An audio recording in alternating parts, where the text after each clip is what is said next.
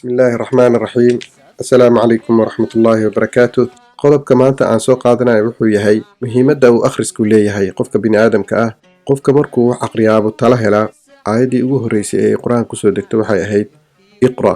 Marka sidaa daraaddeed waxaan fahmaynaa muhiimadda weyn uu ilaahay siiyey in wax akhriska uu yahay wax bini'aadamka looga baahan yahay. Qofka markuu wax aqriyo waxa uu awoodayaa khiyaalka ama caqliga, runtii wuxuu xeerin karaa waxyaabo fara badan noloshiisa uu ugu maarayn karo. Sidoo kale wuxuu ku siinayaa wax akhriska inaad qaadato go'aamo sax ah. Tii waxyaabaha wax akhriska lama soo koobi karo faa'iidooyinka uu leeyahay waxaa ka mid ah inaad noqoto qof xor ah oo aadan noqonin qof gabaan raaca.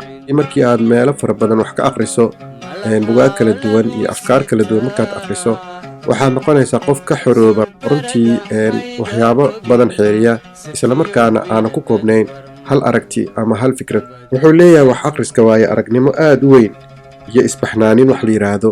Wax akhriska wuxuu mudnaan weyn u leeyahay xagga carruurta markaan niraahno wax akhriska wuxuu xiriirinta waalidka iyo carruurta wuxuu xoojiyaa xiriirkooda. Carruurta xaggooda markaan ka hadalno, akhriska wuxuu hagaajiyaa anshaxa iyo qaabka ay wax u baranayaan. Waxay ku bartaan hadalka, waxay jeclaadaan aqoon kororsiga iyo aqoonta guud ahaan. Markaan kasoo tagno dhanka carruurta, akhriska iyo guusha xiriirka ka dhexeeya waa wax u baahan in diiradaadu ay toosnaato oo aanan tub toosan aad ku hagaagta ayaa loo baahan yahay. Marka wax akhriska wuxuu ku siiyaa inaad diiradaadu aysan leexanin. Wax akhriska wuxuu ku yeelaa yoolal ay dadka wax akhriya ay dhigtaan.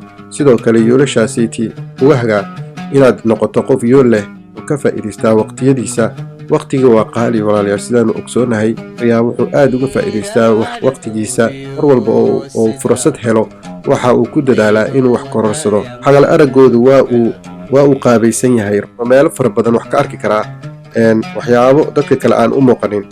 Runtii wuxuu leeyahay aqoon iyo ogaal badan qaaran ayuu leeyahay qofka wax aqriyaa, waana laga dheehan karaa. oo qofka markuu wax badan aqriyo, mujtamaca uu ku dhex jiro waxay dareemayaan qofkan in laga helayo macluumaad zaa'id ah oo aan meelaha kale laga helaynin. xusuustiisa aad bay u fiican tahay run ahaantii. xagga xusuustana daraasado fara badan ayuu laga sameeyey. dadka wax aqriyaa xusuustooda aad bay u wanaagsan tahay. caajisku waa uu ka dheeryahay, waayo waxay mar walba ku dadaalaan inay wax kororsadaan, islamarkaana ay manafacad badan ay ka helaan dhanka wax akhriska.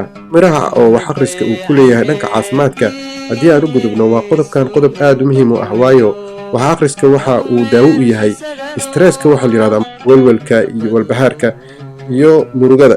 daawo ayuu u yahay. sidoo kale waxaa laga helaa maskax caafimaad oo run ahaantii aad iyo aad u wanaagsan. dadka badan waxay yidhaahdaan markuu u gaboobo maskaxdiisa aad bay u fiican. dad fara badan oo daraasado lagu sameeyey, qaarkood oo qur-aan xafidsan, in badan oo ka mid ah markay waayeeloobaan maskaxdooda taam weeyaan, waana aad bay u fiican tahay maskaxdooda ilaa iyagoo laga yaabo inuu 80 gaaro qofkaasi. qodobka ugu dambeeya waxaan ku siin doonaa talooyin ku saabsan wax akhriska.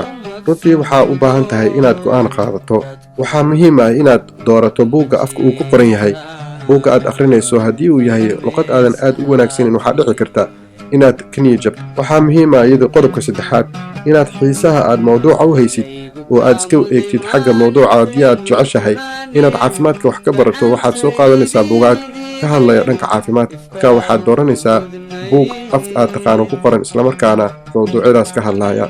qodobka kale aan kugu dhiirigelinaya waxa weeyaan, buugaag waxaa jirta aan lagu lugo'in. waxaa muhiim ah inaad meeshaa ku dayso oo buuggaas aadan ku lugo'in. waxaa muhiim ah buugga markaa akhrinayso runtii aad u noqoto qof akhriskiisu badan yahay, aragtida ka eegto oo aadan ereyada eegin. mararka qaarkood qoraaga wuxuu isticmaalayaa ereyo adag laga yaabo inaadan hore u maqlin. waxaa muhiim ah inaad aragtida guud hesho oo markaa aad ereygaasiiti halkaa ku sii dayso.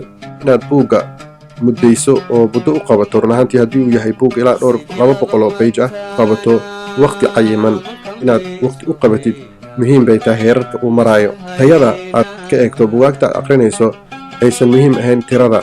2 buug oo aad si fiican u akhriso oo mar labaad iyo mar saddexaad ku ceshatay oo nuxurka ku jira 100% aad si fiican u fahantay. xiisaha mawduuca u haysto oo kuu saamaxaya inaad waqti geliso oo aad waqtiyadan kale aad baashaalka iyo Facebook ku dhex jiri lahayd inaad siiso buuggaas, waxaa kuu keenaya inaad xiiso badan u hayso.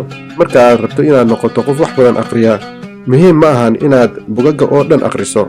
tusmada iyo araarta iyo mahadcelinta iyo dhammaan waxyaabaha uu qoraagu kusoo bandhigay iyo afeefta waxyaabahaasoo dhan haddii loo baahdo waad iska tegi kartaa adigoo markaa abbaaraya runaantii mawduuca uu qofka markaa qoraaga ah uu ka hadlaayo jawiga aad wax ku akhrinayso. runaantii anigu markaan rabo inaan akhristo buug waxaan la aadaa biblioteega meelaha loogu talagalay in wax lagu akhristo oo u samaysan qaab degan oo ay dadka oo dhan ay ku mashquulsan yihiin ama maskaxdooda fokuskooda uu saaran yahay sidii ay duxurka ula bixi lahaayeen buugga ay markaa akhrinayaan.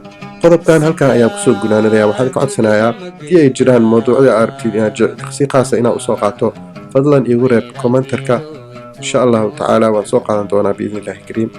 intaa ayaan kusoo gabgabayna qodobka akhriska iyo muhiimad uu leeyahay qofka bini'aadamka iyo sidaa u noqon lahayd qof wax akhriskiisu badan yahay.